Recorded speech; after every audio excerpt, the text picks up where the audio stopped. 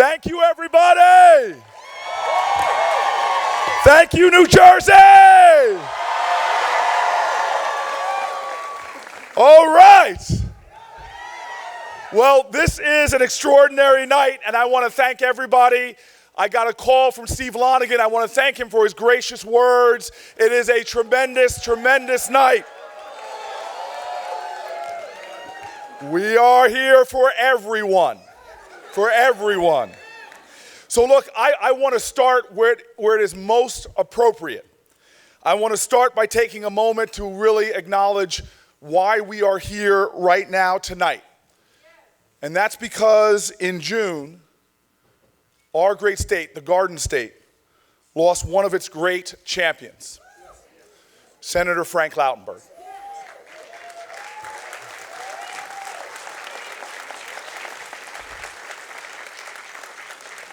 Truly one of the toughest and greatest of our state. He was great because he built not only a great American business, but he also served our country with honor and distinction in war as well as peace, from the U.S. Army to the United States Senate.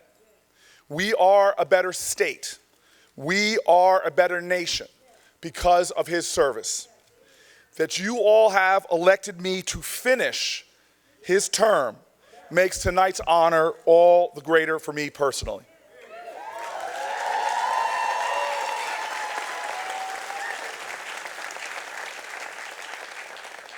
And now I want to start by thanking New Jerseyans. Thank you.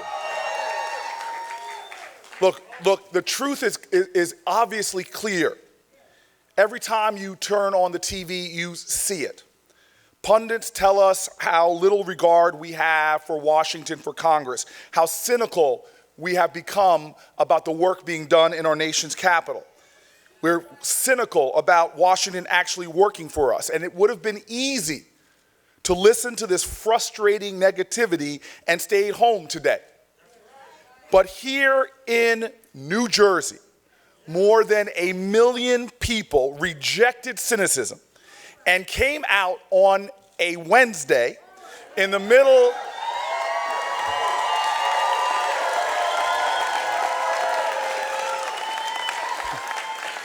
New Jerseyans came out on a Wednesday, not in November, but in the middle of October. 3 weeks, let's not forget this, before we have yet another important election. And folks, despite the cynicism and the negativity that we often see on TV, despite a special election, folks in New Jersey, tens of thousands, hundreds of thousands, rejected all of that and came out and voted. But more than that, you didn't just vote, but you believed that your voice and your vote matter. You believe that you don't have to resign yourself to what's wrong, but you can do something. We can do something to make it right. I want to thank the voters. And I want to thank also those, though, who went above and beyond just voting. Those people, many of you who are here tonight, who invested their hearts, who invested their time, who took of their personal resources and dedicated all of that into this campaign. I stand here right now because of that great American spirit, the spirit of activism and engagement, of going above and beyond the call of duty. That's why we're here tonight. And I owe this tonight to every single volunteer who knocked on doors, who made...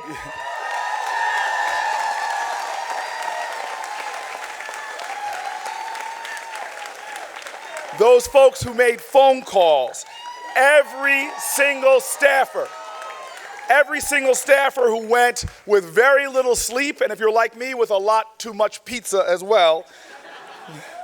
I want to thank you all for what you've done these last months. I owe tonight to every person who dug deep to contribute $5 or $10 out of their own hard-earned pay in a bad economy to contribute to this campaign. I owe it to every leader, every religious leader, every community leader, every block leader, every social media leader, tweeter leader, whoever you were. You all spoke about this campaign and the pressing issues that made this election so important to New Jersey and all of America. And listen, I understand this. Despite what polls and pundits say, no election is ever inevitable. It has to be earned.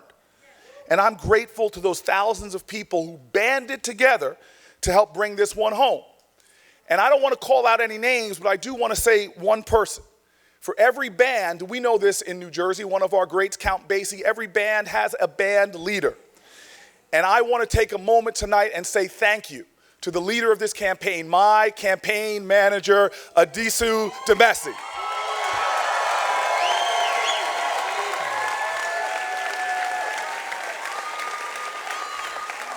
Thank you, man. So look, it's this state, along with my family and a small church in Closter, New Jersey, that raised me. And so while I feel this great sense of honor to be standing before you, I also feel, knowing from whence I come, from this great state, I also feel a sense of gravity, a sense of duty, a sense of urgency in our state. You see, it's this understanding that I owe so much to so many in this great state. That's why I moved to Newark in the first place.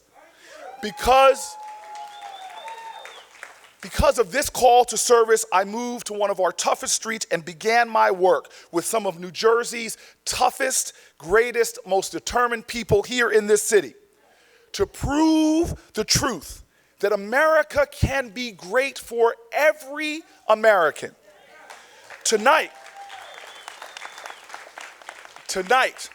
on one of my last days as mayor of one of our state's greatest cities, I want to thank the people of this city for putting your faith in me, for electing me time and time again.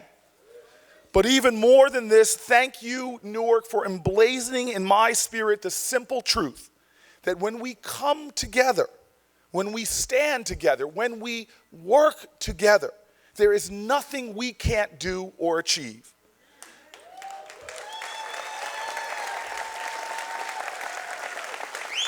But all of us in New Jersey know that there's this frustrating narrative that's infecting our politics. It's this zero-sum game mentality that divides us and says when they win, we lose. Or when we win, they lose. It's not a zero-sum game. Too many people are forgetting that the lines that divide us are nothing compared to those ties that bind us. It forgets, this cynical attitude forgets the idea that ideal, the truth, that we are all in this together. It is this short-term thinking. It is this obsession with immediate electoral victories and not the enduring American values and victories. It forgets that old saying that is so true that if you want to go fast, go alone. But if you want to go far, you go together. And so I heard it all over New Jersey, north to south, urban to suburban to rural, from Democrats, independents, and Republicans. I heard it from everybody. They all said to me, if we put you in Washington, don't go down there to score victories for a party or for politics, but go down there to work for people.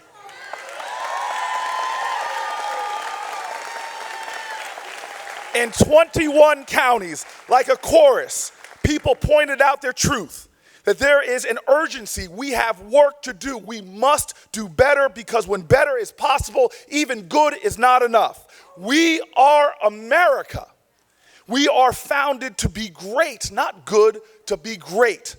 And that's why I'm going to Washington, to take back this sense of pride, not to play shallow politics that's used to attack and divide, but to engage in the kind of hard, humble service that reaches out to others, that understands that when you join with your sister and your brother, America can be greater for everyone, because we are this America. I know we can get people back to work in jobs that are ever increasing our middle class, that we can have an economy that just doesn't bring abundance to the few, but to the all. We are America. Know this. We can have the globe's best infrastructure, the world's best system of education, where we don't create schools, but cathedrals of learning. We can have the world's best healthcare system and provide a system of retirement that doesn't just give our elders security, but elevates their dignity and affirms their invaluable worth. I know who our country is. I know what we are capable of, that we can do more and better together. That's why I'm determined to go to Washington, to join my spirits with those who have not faltered in their faith in what we can do, in what we can be, and in who we are. I faced those before who've dared to doubt our nation's capacity. We face it here in the streets of Newark. When I was elected, the people of this city, people across our land, there were some people who wanted to disregard Newark, dismiss us, or just plain diss us. We knew in this city that despite what people say about us, this is still America. Now, we had obstacles. We faced the worst economy in generations, a monumental deficit, 60 years of declining population and a faltering tax base. But now, those who come into our city and have come here tonight even can see what we did together. Republicans and Democrats and independents, what we did together. Union activists and financiers, what we did together. Developers and nonprofit leaders. Politicians who put differences aside, and people, gritty, tough folks who never, ever gave up. And what did we achieve? Our city is rising again. Our population is growing for the first time in 60 years. Businesses are moving back and even shifting their headquarters here from Panasonic to one of my favorites, Manischewitz. Cranes are raising steel in the air as our first new hotels are being built in 40 years, our first new residential towers going up for the first time in 50 years, our first new office towers are going up for the first time in decades. Newark is only 3% of our state's population, but now accounts for 1/3 of all the commercial and multifamily development in New Jersey. But don't be wrong. This was not the success of a mayor. We did this together. Folks all around the state pitched in. With fewer police and tough times, we still drove shootings down 27%. With a bad economy, we brought hundreds of millions of dollars to our schools. In the Great Recession, we created the largest parks expansion in our city in a century. We brought reform to our courts, new services and housing for our veterans, new help for men and women coming home from prison, and acres of urban farming to food deserts, all while bringing greater efficiency to city government, balancing our budget, spending less tax dollars than we did 7 years ago, and even this year giving a tax break to our citizens. A mayor did not accomplish this. A mayor did not accomplish this alone. We accomplished it together. Newark accomplished this. New Jersey accomplished this. This is America working together. And so this is our truth. This is our testimony. It is an American story. Alone, we can be strong. But when we are together, we are invincible. That's why, if you look around America, things that we take for granted, we did with that invincibility. It's why we have a 40-hour work week, because we did it together. This is why Jim Crow exists only in the history books, because we did it together. This is why the moon went from a dream to a destination, because we, the United States of America, did it together.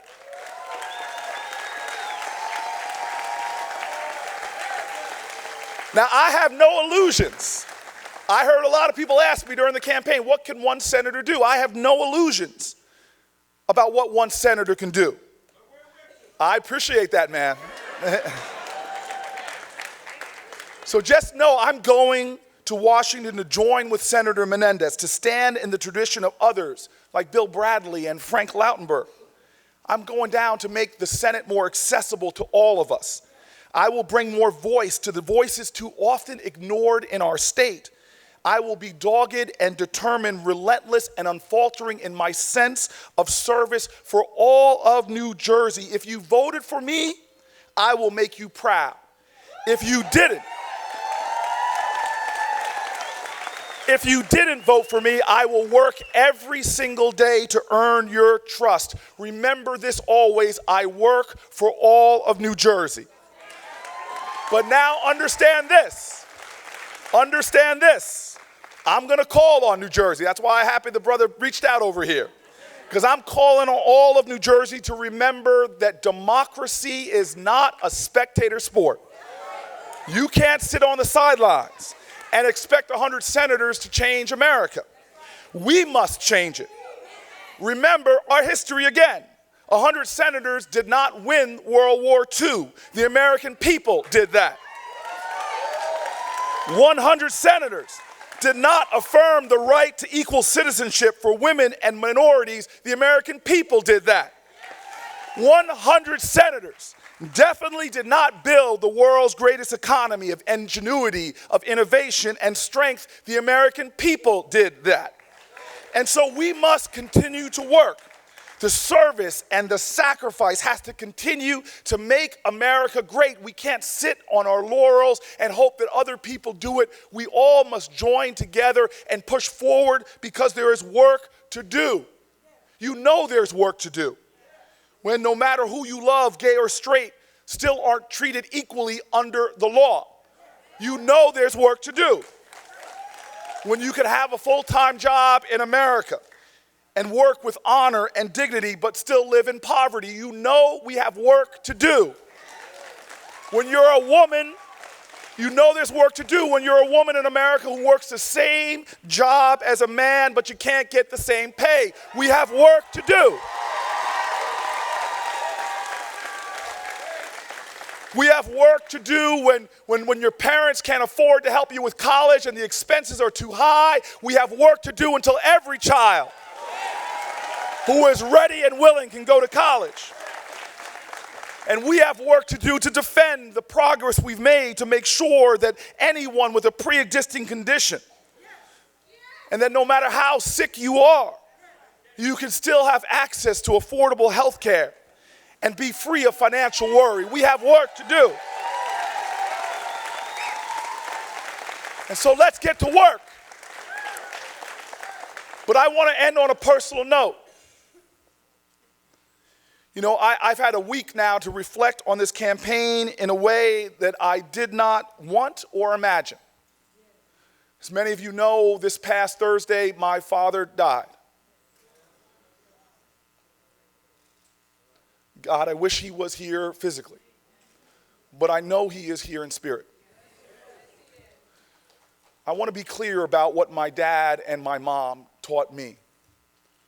They taught me about self-reliance. They taught me about having a tense work ethic. They taught me that you can't have extraordinary success without personally putting forth extraordinary effort. But they didn't stop there. My mom and my dad taught me my very first lessons about what an incredible privilege it is to be able to call yourself an American. Think about this.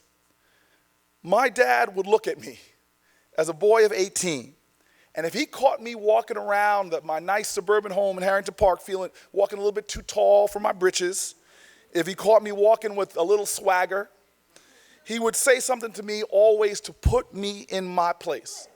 It would be something like, boy, don't you dare walk around here like you hit a triple. You were born on third base. You see, my parents did talk to me about hard work, self-reliance, personal responsibility, but they also taught me about love. You know, we are here tonight because of love. We are physical manifestations of an American conspiracy of love. It's because of my dad teaching me that I do what I do. He did with love in everything he did. And he reminded me that how could a man like my father, born to a single mother who couldn't take care of him, born poor in a world of vicious segregation, how did he come to raise a family, to raise me and my brother in a small middle-class town like Harrington Park? It was his hard work. Lord knows I know few people who work harder than my father, but it was most decidedly also because of the love of other people.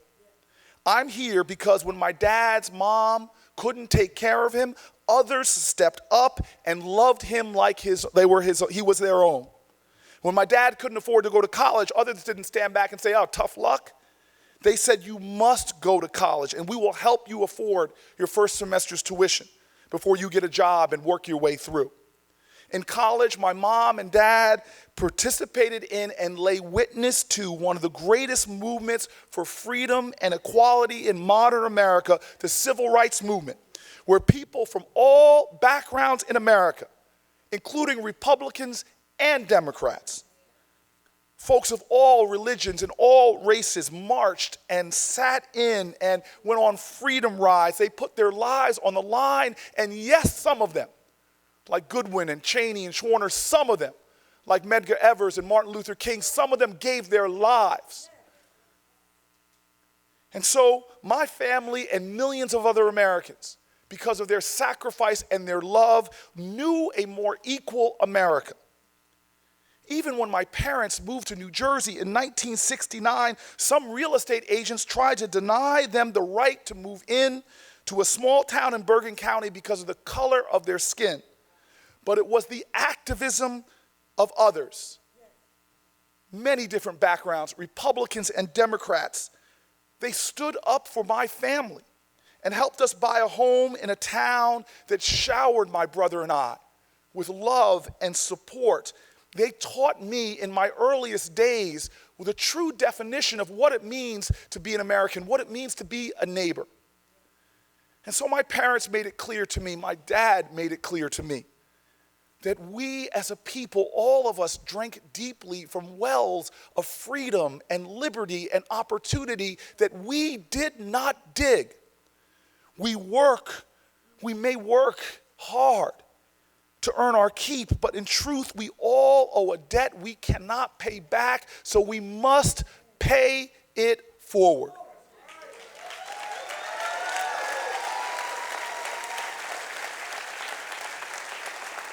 And so I'm asking New Jerseyans, on a night that you've given me so much, I'm asking New Jersey to recommit ourselves to joining that conspiracy. It's a conspiracy that stretches back to those first conspirators who founded this great nation in a town called Philadelphia, to those that met in barnyards along an underground railroad to advance this nation, from those in church basements who plotted a path towards freedom, to a conspiracy that stretched all the way up to New Jersey, where folks working in a storefront helped a black family from the South move into this great state and be her residents. Dad, like ancestors before us who have also passed, you're not here, but I tell you this, death can end a life, but it cannot end a love.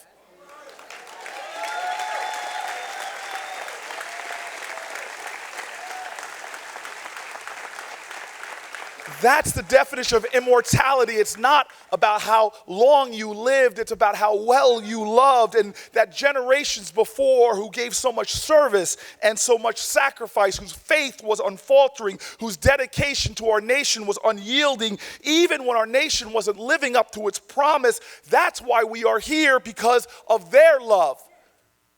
And so now, let's answer the call in our generation. Let's honor those who helped to build America and recommit ourselves not to petty hatred, but powerful love. Not to petty partisanship, but prodigious patriotism.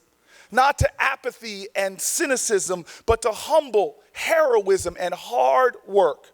Let us together prove worthy of these ancestors' blessings and give the best measure of our valor and service and love each other and our nation so much that we transform our country, take great from greater, lift us to a higher vision that makes our ancestors rejoice and makes our generations yet unborn celebrate that we indeed are America, a nation with liberty and justice for all. Thank you very much. God bless New Jersey. God bless America. God bless you, and thank you. Thank you. Thank you.